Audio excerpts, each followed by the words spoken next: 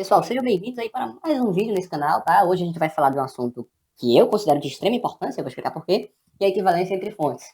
Talvez você pense que equivalência entre fontes, como muita gente já verbalizou para mim, não é tão importante assim, né? É só, beleza, é um macetezinho. Bicho, isso é capaz de reduzir o teu número de contas, assim, o teu tempo de questão, sei lá, fazer em 20 minutos. Se tu usar esse macete aqui, né, esse macetezinho, tu consegue reduzir para 10, tá ligado? Então, é super importante, principalmente quando você está lidando com questões de simplificar circuito resistivo. Óbvio, né, nem sempre você vai conseguir usar. Às vezes você vai ter que fazer mesmo os métodos lá e tal, fazer com conta mesmo. Mas a grande maioria das vezes que você vai simplificar circuito resistivo, você consegue sim fazer isso com equivalência de fontes, tá bom? Então, não menospreze esse vídeo. Se for o caso, assiste uma segunda vez para ficar claro, para ver se entendeu mesmo. E vamos para lá que a gente vai começar agora. Primeiro a gente vai começar falando, né? Antes de entrar no assunto mesmo dito cujo, a gente vai começar falando algumas pequenas considerações aí sobre fontes. Beleza, então vou começar falando sobre fontes ideais. A gente sabe que fonte de tensão, ela tem esse formato aqui. Aqui vai ter a tensão, né? Que é nela. E aqui vai ser, eu vou chamar aqui de tensão terminal. Tensão terminal e aqui de corrente terminal. Ok? E a gente sabe que também a fonte de corrente é dada dessa maneira aqui, com a corrente que ela entrega, tá? E que aqui ela também vai ter uma tensão terminal e vai ter também uma corrente terminal. Perceba, se eu fizer os gráficos aqui VT versus IT, das fontes ideais, eles vão apresentar o seguinte formato. Aqui, ó, VT versus IT. Perceba que independente da tensão, feito a gente falou lá em um dos primeiros vídeos, a tensão da fonte ideal se mantém constante. Ou seja, o gráfico V versus I dessa fonte é assim. É uma reta constante, horizontal. Se a gente for olhar agora o gráfico tensão versus corrente da fonte de corrente ideal, aqui é IT, e aqui é VT. A gente vai ver que é uma situação análoga, aqui vai ser o valor I da fonte de corrente, e vai ser uma reta constante na vertical. Isso o que esses gráficos dizem pra gente? Dizem o seguinte, não importa quanto seja a minha variação de corrente aqui, a minha tensão vai se manter constante, e aqui não importa qual seja a minha variação de tensão, a minha corrente vai se manter constante. Ok? Então, mantenha esse comportamento em mente. Não importa a variação de corrente, a minha tensão tende a se manter constante, e aqui não importa a variação de tensão, a minha corrente tende a se manter constante. Ok? E agora a gente vai discutir sobre fontes reais. Eu pus reais entre aspas, porque as fontes reais mesmo, elas vão ter ripple, elas podem ter efeitos de magnetização. Quando você começa a aumentar a carga, ela começa a sofrer efeito de magnetização, quando é o caso de máquina de corrente contínua e tudo mais. Então aqui, quando eu faço fontes reais entre aspas, eu estou somente assim dizendo, considerando agora o efeito resistivo do cabeamento das fontes, do cobre nas fontes. Porque se eu fosse considerar o comportamento real mesmo das fontes, as curvas ia ser um negócio mais ou menos assim, tá ligado? Ela não ia ser reta, ela ia fazer um negócio assim, ia ter magnetização, ia ter esterese, ia ter saturação. Então, quando eu falar fontes reais aqui, eu vou estar me referindo só ao modelo que considera a resistência dos enrolamentos da fonte, ok? Beleza, então, fontes reais. Vamos primeiro para a modelagem de fonte de tensão real, né? Aqui é a mesma tensão de sempre. E agora, ao invés de ter um caminho livre aqui, tem uma resistência, que eu vou chamar de RS, que vem de Air Source. Eu tô todo chique nos inglês do Wizard aí, tá bom? E, de novo, aqui vai ser VT, e aqui vai ser IT, né? V terminal e terminal. E fonte de corrente, tá? A gente vai ter esse seguinte comportamento aqui. Fonte de corrente, a gente vai ter esse seguinte comportamento. De novo aqui, I. E ao invés de ser em série, como o resistor aqui, é em paralelo. O RS. Para diferenciar, eu vou colocar RS1 e vou colocar aqui RS2. Ok? Porque não necessariamente RS1 é igual a RS2. E de novo aqui tem o VT. E o IT, ele não é o mesmo I que sai da fonte agora. Se você perceber, aqui tem um nó essencial, tá? Ou seja, aqui vai ter uma pequena divisão de corrente. Aqui vai ser IT e aqui vai ser um IR. Tá bom? E aqui vai ser. E aí perceba também que VT agora não vai ser igual a V. Nesse meio aqui vai ter um. Eu vou chamar aqui de VR. VR, ok? Se a gente for analisar aqui, vamos analisar primeiro matematicamente, algebricamente, a fonte de tensão. Se observar bem, se eu fizer a lei das malhas, essa tensão, mais essa tensão VR, mais essa, tem que dar zero. Ou então, vou dizer assim, ó, essa tensão aqui V tem que ser igual a VR mais VT. VR mais VT. Quem é VR? VR é igual a RS1 vezes I de T. Ou seja, vai ser igual a RS1 vezes I de T mais VT. Se olhar bem, meu gráfico é VT versus IT. Então, vou colocar VT pro outro lado, sozinho. Então, vai ficar aqui, ó. VT vai ser igual a menos RS1 vezes IT mais V. Repare bem, isso aqui é uma equação da reta. Y, a variável dependente, o coeficiente da variável independente, que é o x, aqui é o a, e aqui é o b, que é o coeficiente independente. Entendeu?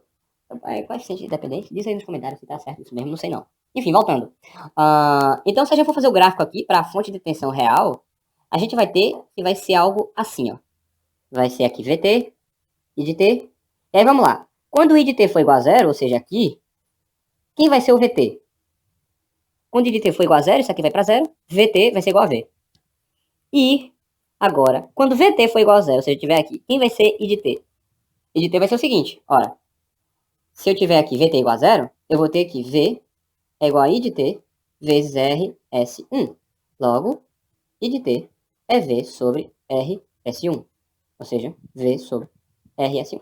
Se agora a gente vier aqui para a fonte de corrente, eu vou resolver por nó. Aqui eu vou dizer que é o nó terra e aqui eu vou dizer que é VT. Então a gente vai ter o seguinte, a corrente entra nesse nó, que é menos I. A corrente que desce nesse nó, que vai ser igual a VT sobre RS2, mais a corrente que sai desse nó, mais I de T é igual a zero. Vamos fazer de novo aqui a equação da reta. Se a gente resolver isso bonitinho, vai ver que dá uma equação da reta. É o seguinte, a gente vai ter que VT sobre RS2 vai ser igual a menos I de T mais I. Okay? Se eu passar RS2 multiplicando, a gente vai ter que VT vai ser igual a menos RS2 vezes I de T mais RS2 vezes I. Se a gente agora fizer aqui o gráfico VT versus I de T, a gente vai ter o seguinte. Quem é VT quando I de T for igual a zero? Se I de T for igual a zero, VT vai ser igual a RS2 vezes I. Ou seja, o que significa I de T ser igual a zero? Isso significa que isso aqui está em aberto. Se isso aqui estiver em aberto, I de T vai ser igual a zero. Uma coisa vale para aqui, tá? Se I de T for igual a zero, todo I vai passar por aqui. Então, a tensão vai ser I vezes RS2. Se agora eu tiver que VT for igual a zero, ou seja, se eu aplicar um curto-circuito aqui, o que vai acontecer? Bem simples, olha aqui, ó. Se V de T for igual a zero agora, a gente vai ter o seguinte. RS2 vezes IT é igual a RS2 vezes I. Aparentemente, o vizinho ainda tá fazendo manutenção no teto, eu que me enganei, tá? Então, desculpem aí o barulho. RS2 vai cortar com RS2 e a gente vai ter que I de T igual a I. Então aqui vai ser I. E o gráfico vai ser desta... Opa! Vai ser desta maneira. Eu esqueci de ligar os pontos. O gráfico aqui vai ser desta maneira. Perdão, tá? Então perceba o seguinte. Perceba que esses gráficos são muito semelhantes, tá? Com a diferença desses valores aqui. Aqui é V, aqui é RS2 vezes I. E aqui é V sobre RS1 e aqui é I. Esses gráficos apresentam suas semelhanças no formato, tá? É uma reta decrescente. Mas ele tem suas diferenças que são seus valores. Vamos falar aqui agora um pouco de tendência. É o seguinte. Lembra que eu falei das fontes ideais? As fontes ideais são construídas para serem idealizadas dessa maneira. A tensão independe da corrente que passa. Ou seja, quando a gente constrói uma fonte real, a gente está preocupado que essa fonte tenha características muito próximas a características ideais delas. E para isso a gente tem que fazer algumas considerações. Primeira consideração. Se eu quiser que a minha fonte real tenha características próximas a ideais, eu vou ter que a minha variação com a corrente, a minha variação da tensão terminal com a corrente tem que ser muito pequena. E isso, em outras palavras, eu estou dizendo que graficamente, VT versus I de T, o meu gráfico da fonte de tensão ele tem que ser algo assim. Aqui é V, tem que ser algo assim. Perceba que aqui é um decaimento, mas ele é muito pequeno. E se a gente lembrar lá de cálculo 1, na verdade lá do ensino médio mesmo, se essa reta tem uma inclinação muito pequena, significa que esse coeficiente da reta aqui é muito pequeno. Ou seja, para que isso seja verdade, o meu RS1, eu tenho que, para tentar deixar essa minha fonte real mais próxima do ideal possível, eu tenho que fazer o meu RS1 tender para zero, né? Faz sentido. A fonte real tem uma resistência aqui nula, ou seja, um curto-circuito aqui, um caminho livre. E aqui eu tenho que, a minha tendência é querer fazer que o meu RS vá o mais próximo de zero possível, tá bom? Olhando por outro lado agora para a fonte de corrente, independente da tensão que se aplica aqui nos terminais, a gente quer que a corrente se mantenha constante. Se na fonte real isso não é possível, a gente sempre vai tentar construir uma fonte que se aproxime desses valores, pelo menos se aproxime desse comportamento. Então, se a gente for olhar I de T aqui versus V de T, a gente vai tentar que a nossa fonte apresente esse comportamento.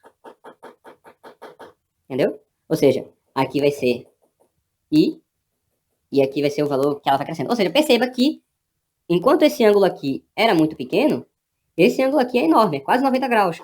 Ou seja, esse coeficiente aqui, para isso aqui acontecer, tem que ser muito grande. Em outras palavras, Se a gente quiser que a nossa fonte real tenha um comportamento próximo ao ideal, a gente tem que fazer RS tender para infinito. E faz sentido. Veja que aqui, a resistência que aqui teria é uma resistência infinita, ou seja, é um circuito aberto. Então a gente quer que essa nossa resistência em paralelo seja o maior possível, para que o mínimo de corrente seja drenada. Porque quanto maior for essa resistência, perceba que VT sendo um valor finito, se eu botar, por exemplo, VT, isso aqui é uma corrente de 10 amperes, e eu vou falar que VT está sendo igual a 400 volts, tá bom? Vamos supor, VT está sendo igual a 400 volts. Se eu disser que RS2 é igual a 5 megaohm, ou seja, 5 vezes 10 a sexta ohms, eu vou ter o seguinte, a minha corrente para essa tensão, a corrente que vai entrar aqui para esse resistor, para essa tensão vai ser dada por, eu vou chamar de R, vai ser igual a 400 dividido por 5 vezes 10 a sexta. Isso aqui vai dar igual a 80 microamperes, ou seja, de 10 amperes, 80 microamperes vai estar passando aqui, e aqui 10 menos 80 microamperes vai estar passando por aqui, ou seja, IP praticamente não vai ter variação. É por isso que a gente busca que a resistência da nossa fonte de corrente ela seja muito alta, entendeu? Mas isso aqui foi só um exemplozinho pra gente elucidar aí esse comportamento, tá bom? Então, beleza. Mas isso seria se eu quisesse construir uma fonte real. A gente tá falando aqui um pouco de circuito zoom. E eu quero, às vezes eu vou estar lidando com fontes que eu vou considerar ideais, mas essas fontes vão estar acopladas com resistores no sistema. E eu quero saber como é que eu faço para modificar, para associar uma fonte com outra. Como é que eu faço para ver essa equivalência entre fontes.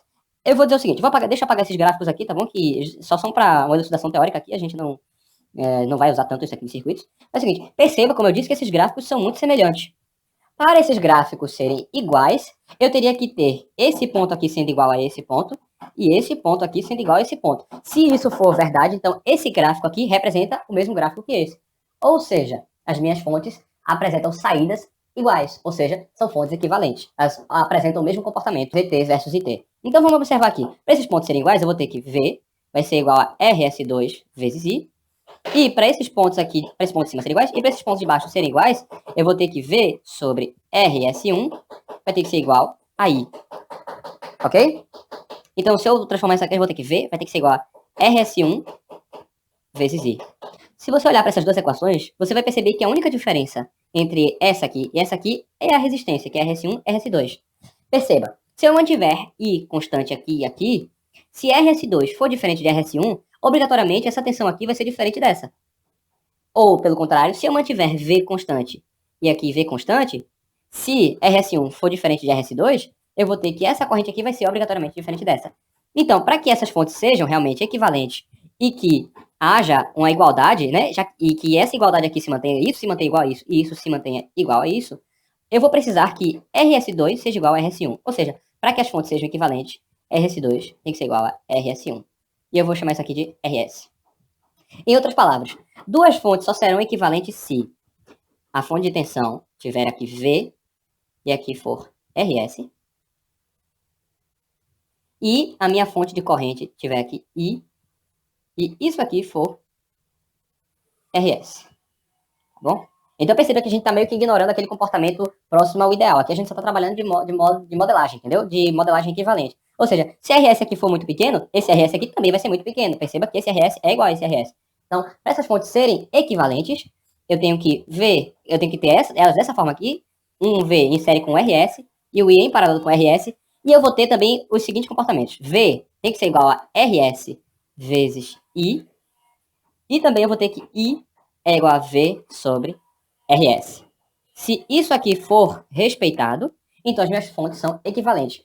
O que isso aqui nos diz? Diz o seguinte, se eu tiver uma fonte de tensão V, e aqui em série com RS, e eu quiser, por alguma razão, transformar isso aqui em uma fonte equivalente de corrente, eu vou ter que o meu I vai ser igual a V sobre RS, e a minha fonte de corrente equivalente vai ser dada pela seguinte forma. V sobre RS, e aqui em paralelo com RS. E aí vamos perceber as características dessa equivalência. Perceba, se aqui tiver aberto e não tiver nenhuma tensão, ou seja, não tiver nenhuma corrente, I de T igual a zero, toda a corrente aqui, V sobre RS, passa por aqui. Então, a tensão, VT, vai ser igual a V sobre RS vezes RS. Vai ser igual a V. Mesma coisa aqui. Se aqui tiver vazio, ou seja, não tiver IT, VT vai ter que ser igual a V. Agora é o seguinte, se eu tiver, que agora está em curto-circuito, Pelo que a gente já viu no vídeo passado, a corrente vai passar toda por esse ramo aqui. Ou seja, I de T vai ser igual a V sobre RS. Se agora a gente curto-circuitar essa fonte aqui, e a corrente aqui passar, eu chamar aqui de I de T, e vai ser I de T. Bem fácil, análise de malha. I de T. Se aqui é V e aqui é RS, então eu vou ter que V vai ser igual a RS vezes I de T. I de T, V sobre RS. Isso aqui é igual aqui. Ou seja, as duas fontes apresentam o mesmo comportamento. Ou seja, as duas fontes são equivalentes. Se eu fizer esse processo inverso aqui, de transformar agora fonte de corrente em fonte de tensão, o resultado que eu vou encontrar é o mesmo. Tá? Eu não vou fazer essas assertivas aqui, essas comprovações, porque a gente já sabe que elas são equivalentes, mas eu vou transformar aqui para vocês verem isso na prática. Vamos observar aqui agora a fonte de corrente. Se eu pegar essa fonte de corrente aqui, I, tá? Em paralelo com RS, e quiser transformar isso em uma fonte equivalente, eu vou ter que a minha tensão da fonte de tensão equivalente vai ser dada por RS vezes I, tá bom? E aqui em série com a resistência RS. Ok? E aí, mesma coisa. Aqui vai ser VT, e aqui vai ser I de S. E de novo, se VT estiver aberto, a tensão VT vai ser igual a RS vezes IS. Ok? Que a gente já sabia. Aqui, ó. V vai ser igual a RS vezes IS. Se agora eu tiver em curto-circuitar aqui, a minha corrente IT, perdão, aqui é IT, minha corrente IT vai ser dada por RS vezes IS dividido por RS. Ou seja, IT vai ser igual aí. Tá bom, pessoal? Esse foi o vídeo, tá? Essa é a questão de equivalência de fontes. Aí talvez você me pergunte, por que é importante? Vamos fazer um exemplo simples? É o seguinte, vamos supor que eu tenho isso aqui, tá bom? E aqui eu tenho isso aqui. E aqui eu peço para você, simplifique esse circuito. Como é que você vai fazer? Talvez você faça análise nodal e tudo mais.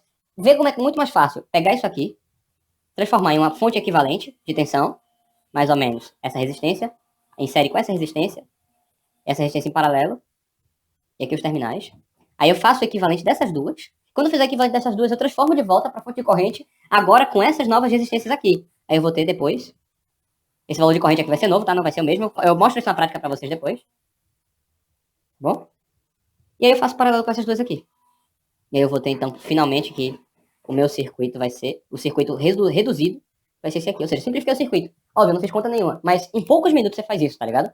A gente já sabe como é a associação em paralelo entre dois resistores. A gente já sabe como é a associação em série entre dois resistores. Então, é a coisa mais fácil do mundo quando você domina essa questão de equivalência de fonte para simplificar circuitos. Isso é muito bom, porque se a gente tiver um circuito mais complicado aqui, na segunda unidade mesmo, quando a gente tiver circuito com indutor, aí tem um capacitor aqui. Aí imagina você trabalhar o circuito dessa maneira aqui, e ainda tem um capacitor, e ainda tem um indutor aqui. E seja lá o que for mais que tiver.